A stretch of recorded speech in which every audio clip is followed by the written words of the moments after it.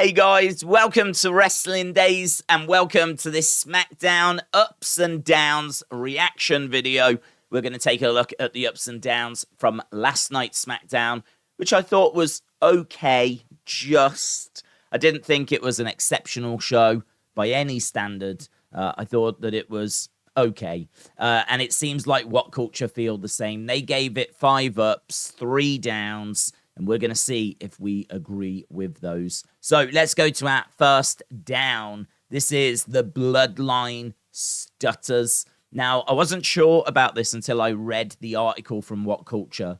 And basically what they're saying here is that you've got to enjoy the journey as much as the destination. Because at the moment, this story isn't making the most sense. Because obviously we know Jimmy was put in an ambulance. He was hospitalized, medical facilitated by Roman Reigns. He wanted out. He super kicked him. Like, this led to Jay coming out as well. And now all of a sudden he is back in and he's saying, no one told me I was out. Like, it doesn't make a great deal of sense. It's left a lot of people scratching their heads. Yes, there can be some explanation for this down the road. But if it's not making the most sense now, then as of right now, you can understand it being a bit of a down. The other thing about this segment, and I did note this at the time, was they were talking about AJ Styles and what are they going to do about AJ Styles. And AJ Styles was literally just like 10, 20 steps away. Like, he surely saw them talking and he surely overheard what they were saying. But they kind of tried to make out that AJ was too far away when I really don't think he was. Then we've got Wasn't Feeling It. So What Culture not feeling the main event. Again, I have to agree. I didn't think that main event was all that strong. I think Jimmy Uso as a solo star, he's going to struggle a little bit. I think that Jay is the one that the fans seem to gravitate towards. I think Jimmy is still a fantastic professional wrestler, but I just think he might struggle a little bit more on his own. And then we've got drafting is important or not. Now, I'm going to disagree with this because the drafting conversation is one that really does my head in, because I don't understand how people can't get or understand the draft. Like, it's quite simple. WWE are not saying that superstars can't make occasional appearances on the other brand. It's just what brand is their home. What is the brand where if you're a fan of that superstar, you can tune in and see them? So, you know, if Roman is drafted to SmackDown, Roman's going to be based on SmackDown. This doesn't mean that he can't now appear over on Raw, right? That's not what WWE are saying.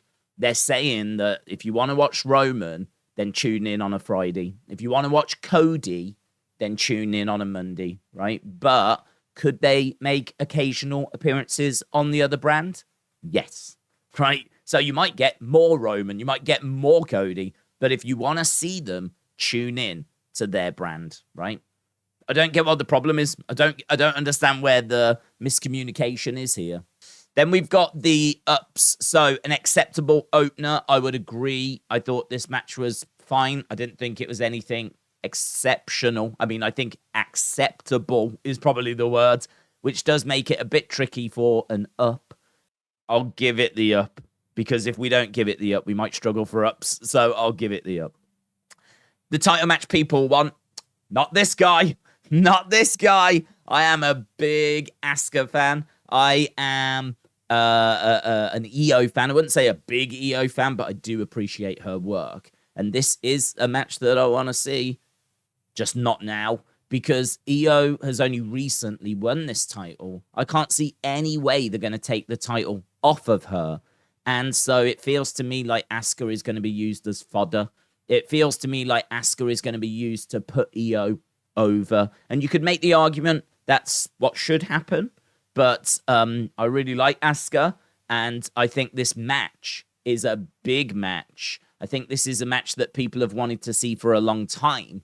And I think if you are giving it to them now, giving it to them at a time where I don't think Asuka can win, then I think you're throwing this match away. I think this match feels like it's coming too early. Then we've got Judgment Day equals breath of fresh air. I mean, I had to read this one twice because I couldn't believe what I was reading. Like, on what planet does Judgment Day equal breath of fresh air? Because they've been on all the shows. I've seen them so often, so many times.